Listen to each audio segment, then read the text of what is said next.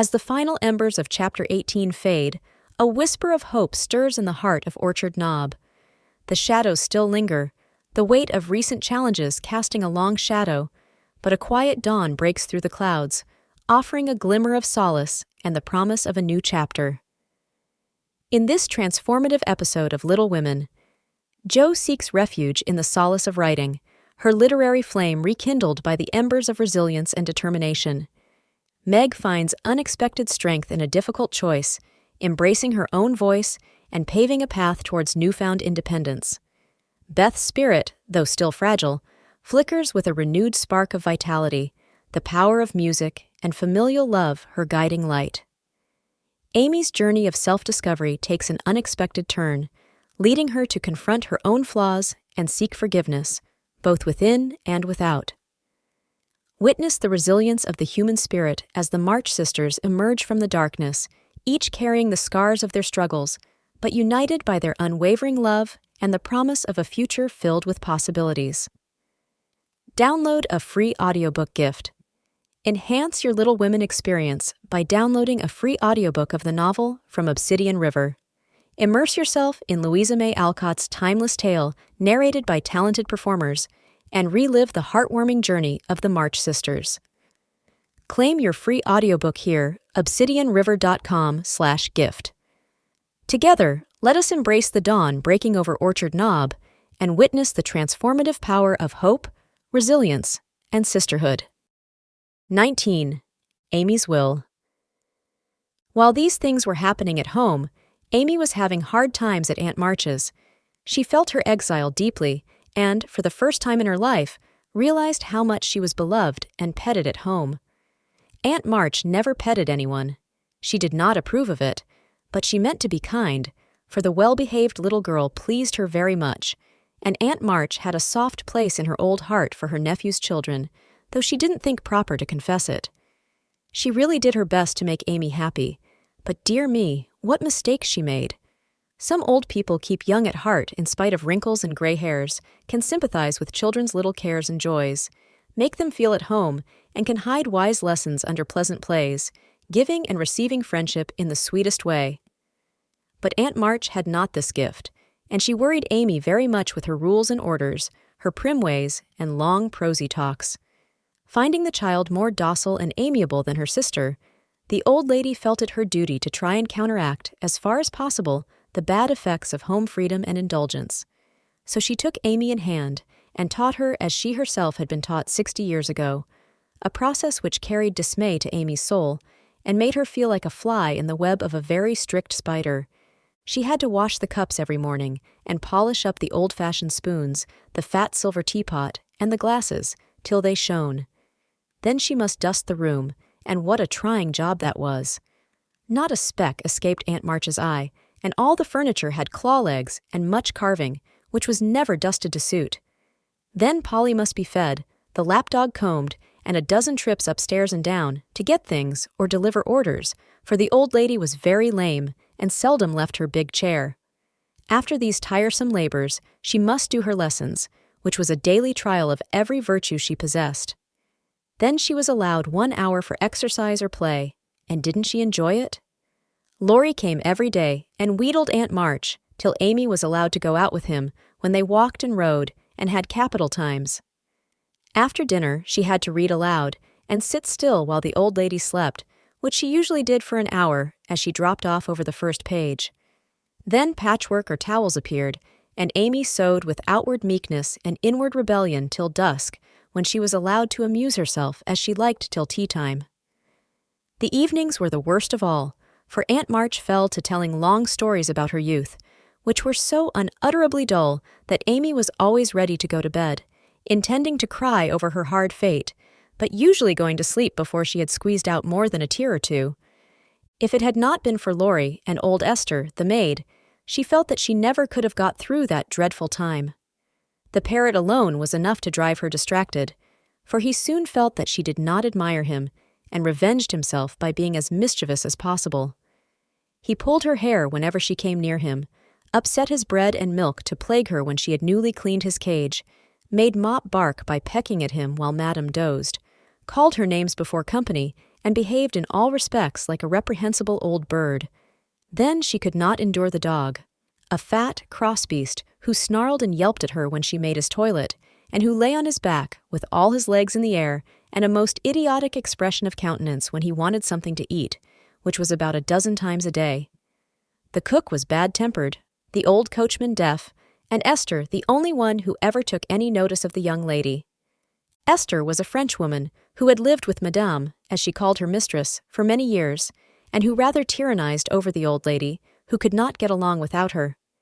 Her real name was Estelle, but Aunt March ordered her to change it, and she obeyed, on condition that she was never asked to change her religion. She took a fancy to Mademoiselle, and amused her very much with odd stories of her life in France, when Amy sat with her while she got up Madame's laces. She also allowed her to roam about the great house and examine the curious and pretty things stored away in the big wardrobes and the ancient chests, for Aunt March hoarded like a magpie. Amy's chief delight was an Indian cabinet, full of queer drawers, little pigeonholes, and secret places, in which were kept all sorts of ornaments, some precious, some merely curious, all more or less antique. To examine and arrange these things gave Amy great satisfaction, especially the jewel cases, in which, on velvet cushions, reposed the ornaments which had adorned a belle 40 years ago. There was the garnet set which Aunt March wore when she came out, the pearls her father gave her on her wedding day, her lover's diamonds, the jet mourning rings and pins, the queer lockets, with portraits of dead friends and weeping willows made of hair inside, the baby bracelets her one little daughter had worn, Uncle March's big watch with the red seal so many childish hands had played with, and in a box all by itself lay Aunt March's wedding ring, too small now for her fat finger, but put carefully away, like the most precious jewel of them all. "Which would Mademoiselle choose if she had her will?" asked Esther, who always sat near to watch over and lock up the valuables. "I like the diamonds best, but there is no necklace among them, and I'm fond of necklaces, they are so becoming. I should choose this if I might," replied Amy, looking with great admiration at a string of gold and ebony beads, from which hung a heavy cross of the same. "I, too, covet that, but not as a necklace. Ah, no, to me it is a rosary, and as such I should use it like a good Catholic," said Esther, eyeing the handsome thing wistfully. "Is it meant to use as you use the string of good-smelling wooden beads hanging over your glass?" asked Amy. "Truly, yes, to pray with. It would be pleasing to the saints if one used so fine a rosary as this, instead of wearing it as a vain bijou." "You seem to take a great deal of comfort in your prayers, Esther, and always come down looking quiet and satisfied. I wish I could." "If Mademoiselle was a Catholic, she would find true comfort. But, as that is not to be, it would be well if you went apart each day, to meditate and pray, as did the good mistress whom I served before Madame. She had a little chapel, and in it found solacement for much trouble." "Would it be right for me to do so too?" asked Amy, who, in her loneliness, felt the need of help of some sort, and found that she was apt to forget her little book, now that Beth was not there to remind her of it. "It would be excellent and charming, and I shall gladly arrange the little dressing-room for you if you like it. Say nothing to Madame, but when she sleeps go you and sit alone a while to think good thoughts, and pray the dear God to preserve your sister." Esther was truly pious and quite sincere in her advice, for she had an affectionate heart, and felt much for the sisters in their anxiety.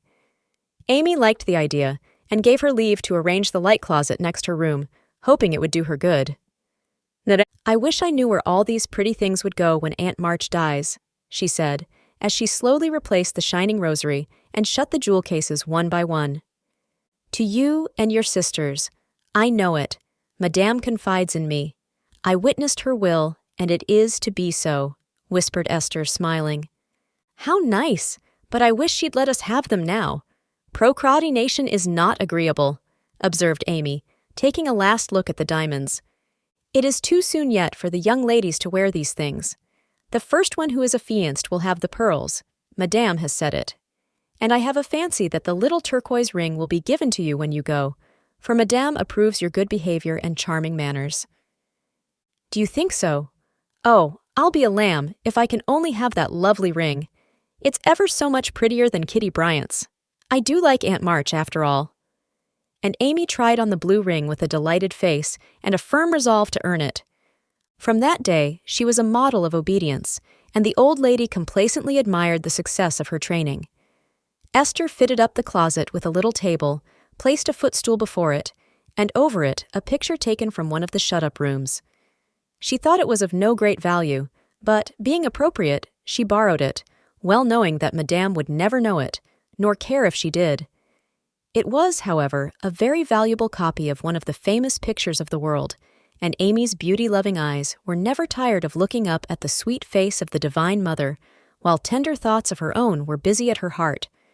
On the table, she laid her little testament and hymn book, kept a vase always full of the best flowers Laurie brought her, and came every day to sit alone, thinking good thoughts, and praying the dear God to preserve her sister. Esther had given her a rosary of black beads, with a silver cross, but Amy hung it up and did not use it, feeling doubtful as to its fitness for Protestant prayers. The little girl was very sincere in all this, for, being left alone outside the safe home nest, she felt the need of some kind hand to hold by so sorely that she instinctively turned to the strong and tender friend whose fatherly love most closely surrounds his little children. She missed her mother's help to understand and rule herself, but having been taught where to look, she did her best to find the way and walk in it confidingly.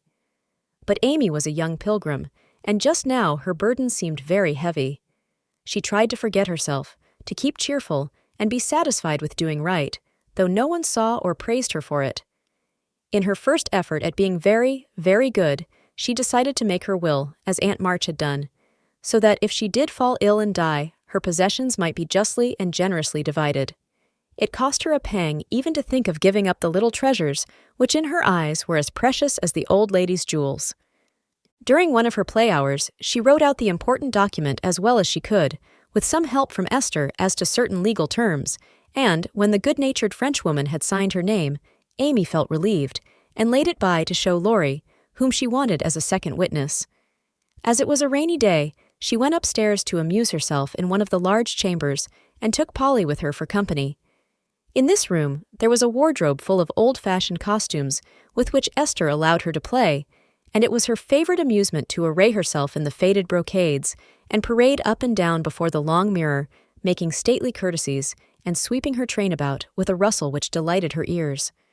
So busy was she on this day that she did not hear Laurie's ring, nor see his face peeping in at her as she gravely promenaded to and fro, flirting her fan and tossing her head, on which she wore a great pink turban, contrasting oddly with her blue brocade dress and yellow quilted petticoat.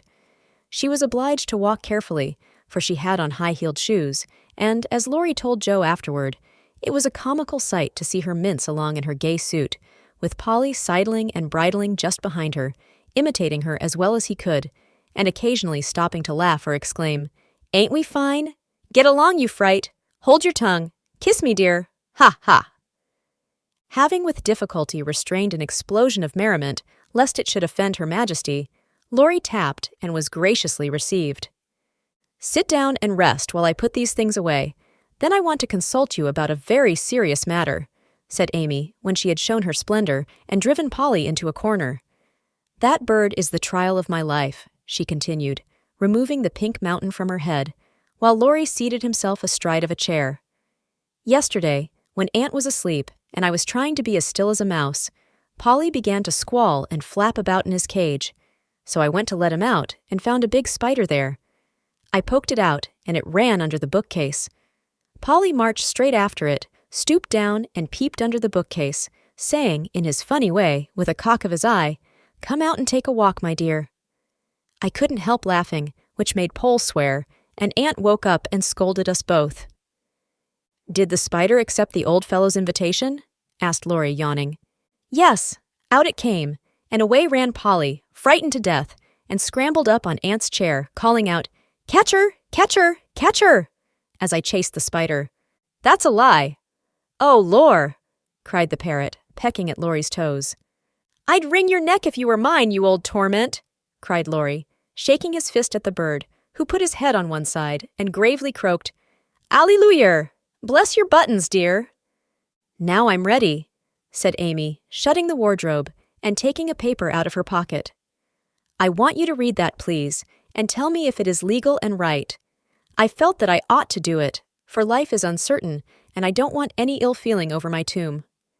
Lori bit his lips, and turning a little from the pensive speaker, read the following document, with praiseworthy gravity, considering the spelling. My last will and testament. I, Amy Curtis March, being in my sane mind, do give and bequeath all my earthly property, viz., to wit, namely, to my father, my best pictures, sketches, maps, and works of art, including frames. Also, my $100, to do what he likes with. To my mother, all my clothes, except the blue apron with pockets. Also my likeness, and my medal, with much love. To my dear sister Margaret, I give my turquoise ring, if I get it. Also my green box with the doves on it. Also my piece of real lace for her neck, and my sketch of her as a memorial of her little girl. To Joe, I leave my breastpin, the one mended with sealing wax, also my bronze inkstand, she lost the cover, and my most precious plaster rabbit, because I'm sorry I burnt up her story. To Beth, if she lives after me, I give my dolls and the little bureau, my fan, my linen collars, and my new slippers, if she can wear them being thin when she gets well. And I herewith also leave her my regret that I ever made fun of old Joanna. To my friend and neighbor Theodore Lawrence, I bequeath my papier-mâché portfolio, my clay model of a horse, though he did say it hadn't any neck. Also, in return for his great kindness in the hour of affliction, any one of my artistic works he likes. Notre Dame is the best. To our venerable benefactor, Mr. Lawrence, I leave my purple box with a looking-glass in the cover, which will be nice for his pens, and remind him of the departed girl who thanks him for his favors to her family, specially Beth. I wish my favorite playmate Kitty Bryant to have the blue silk apron and my gold bead ring with a kiss. To Hannah, I give the bandbox she wanted, and all the patchwork I leave, hoping she will remember me, when it you see. And now, having disposed of my most valuable property, I hope all will be satisfied, and not blame the dead. I forgive everyone, and trust we may all meet when the trump shall sound. Amen. To this will and testament I set my hand and seal on this 20th day of Novward, Annie Domino, 1861. Amy Curtis March. Estelle Valnor.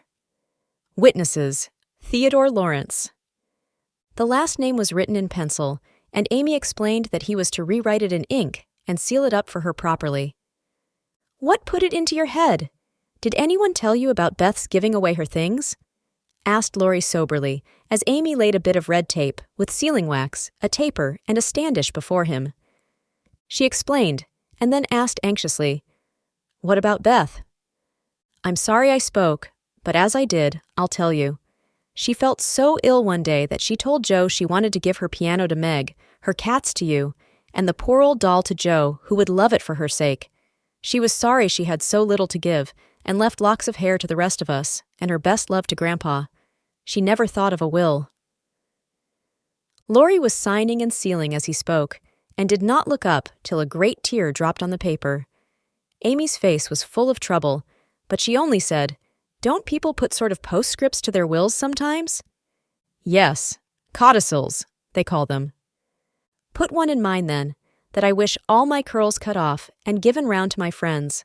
I forgot it, but I want it done, though it will spoil my looks. Lori added it, smiling at Amy's last and greatest sacrifice. Then he amused her for an hour, and was much interested in all her trials. But when he came to go, Amy held him back to whisper with trembling lips, Is there really any danger about Beth? I'm afraid there is, but we must hope for the best, so don't cry, dear. And Lori put his arm about her with a brotherly gesture, which was very comforting. When he had gone, she went to her little chapel, and, sitting in the twilight, prayed for Beth, with streaming tears and an aching heart, feeling that 1,000,000 turquoise rings would not console her for the loss of her gentle little sister. As the final scenes of Chapter 19 fade, a gentle breeze carries the whispers of a transformed orchard knob. The storm clouds have parted, revealing a sky dappled with sunlight, mirroring the renewed hope blossoming within the March family. Jo, her pen once again dancing across the page, finds solace and purpose in her writing. The sting of rejection has given way to the embers of a fiery creative spirit, fueled by resilience and newfound self-belief. Meg, empowered by her difficult choice, stands tall, her eyes shining with newfound clarity and independence. She has embraced her voice and stepped onto a path that promises a future filled with her own desires and aspirations. Beth, her cheeks kissed by the warmth of the sun, rests beneath the shade of a blossoming tree. The melody of her music, though still tinged with vulnerability, carries a renewed vibrancy, a testament to the unwavering love and support of her sisters. Amy, humbled by her journey of self-discovery, seeks forgiveness and reconciliation. Through introspection and the strength of her sisterly bond, she begins to rebuild the bridges she had nearly burned, paving the way for a future filled with understanding and growth. Together, the March sisters stand on the threshold of a new chapter, their faces etched with the marks of hardship, but adorned with the resilience of a family forged in love and tested by fire. We leave them on this note of hope, their journey a testament to the unwavering strength of the human spirit, the transformative power of love and compassion, and the beautiful resilience found in the midst of even the darkest storms. Join us as we continue to explore the world of Little Women.